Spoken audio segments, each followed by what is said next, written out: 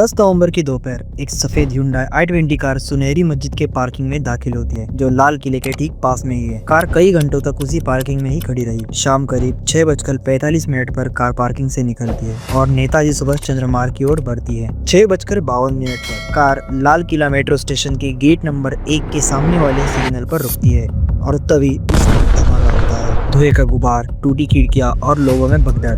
धमाका होने के 10 मिनट बाद पुलिस साइट पर दाखिल होती है और साथ साथ एम्बुलेंस और फायर ब्रिगेड भी घटनास्थल पर दाखिल हो जाते हैं। इस धमाके में अब तक कुल 13 लोगों की जान चली गई है। घायलों को आसपास के ही हॉस्पिटल में भर्ती किया गया। ये ब्लास्ट इतना जोरदार था कि उस कार के 10 मीटर के अंदर जितने भी लोग खड़े थे, उनके शरीर के टुकड़े तकरीबन 300 मीटर तक दूर जा गिरे। फॉरेंसिक टीम ने मलबे की जाँच में पाया कि बॉम्ब ब्लास्ट में ANFO यानी अमोनियम नाइट्रेट फ्यूल ऑयल इस्तेमाल हुआ है। अमोनियम नाइट्रेट असल में खेती, फर्टिलाइजर प्रोडक्शन और माइनिंग में यूज होता है, लेकिन इसे बम बनाने के लिए भी यूज किया जा सकता है। इससे ये पता चलता है कि ये किसी LPG सिलेंडर का ब्लास्ट नहीं, बल्कि एक सोची समझी साजिश है। इस ब्लास्ट की ताकत इसी बात से लगा सकते हो कि ये जहाँ पर हुआ वहाँ से लगभग 3 किलोमीटर दूर तक इस धमाके की आवाज सुन गई। पुलिस ने आसपास के CCTV फुटेज निकाले और पाया कि कार HR पासिंग थी। कार का नंबर HR26CE7674 था। इस गाड़ी का फर्स्ट ओनर मोहम्मद सलमान गुड़गांव का रहने वाला था। पुलिस की जांच में उसने बताया कि ये गाड़ी किसी देवेंद्र नाम के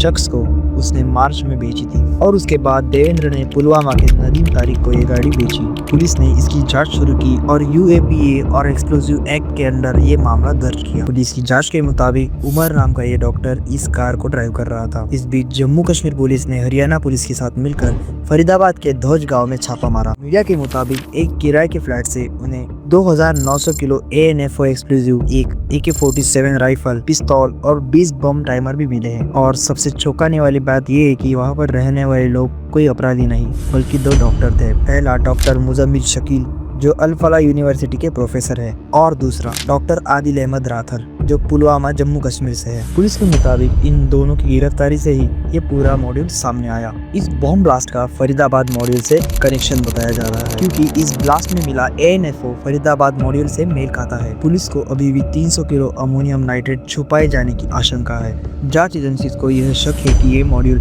जैश-ए-मोहम्मद से जुड़ा हुआ था। एक सीनियर ऑफिशियल द प्रिंट को यह बताते हैं कि फरीदाबाद में हुए उन 2 डॉक्टर की गिरफ्तारी की वजह से उमर घबरा गया और उसने जल्दबाजी में ये बम धमाका किया। टाइम्स ऑफ इंडिया के मुताबिक उमर की गाड़ी में जो बम था वो लूजली असेंबल था और पूरी तरह से डेवलप नहीं था, जिसकी वजह से इसका लिमिटेड इम्पैक्ट रहा। इससे कुछ सवाल खड़े होते हैं कि लाल किला इन आतंकवादियों के निशाने पर था या किसी और जगह पर ये धमाका करने वाले थे। देश के प्रधानमंत्री नरेंद्र मोदी ने भूटान में बयान दिया कि जो भी इस षड्यंत्र के पीछे है, उन्हें किसी भी कीमत पर छोड़ा नहीं जाएगा। दिल्ली पुलिस, हरियाणा पुलिस और सेंट्रल एजेंसीज लगातार रेड्स पर रेड्स कर रही है। गृह मंत्री अमित शाह जी ने एक हाई लेवल मीटिंग बिठाई और सारे सिक्योरिटी एजेंसीज को हाई अलर्ट पर रखा है। भीड़ भाड़ वाले इलाके जैसे मेट्रो स्टेशन, रेलवे स्टेशन और धार्मिक स्थलों पर पुलिस गश्त बढ़ाई गई है। फॉरेंसिक रिपोर्ट से ये साफ होता है कि ये एक ऑर्गेनाइज्ड टेरर अटैक था। दिल्ली का ये टेरर अटैक भारत के अंदर एक नई तरह की व्हाइट कॉलर टेरर की चेतावनी दे रहा है। क्या ये मॉडल किसी बहुत बड़े हमले की तैयारी में था? इन सब सवालों के जवाब हमें आने वाले दिनों में ही मिलेंगे।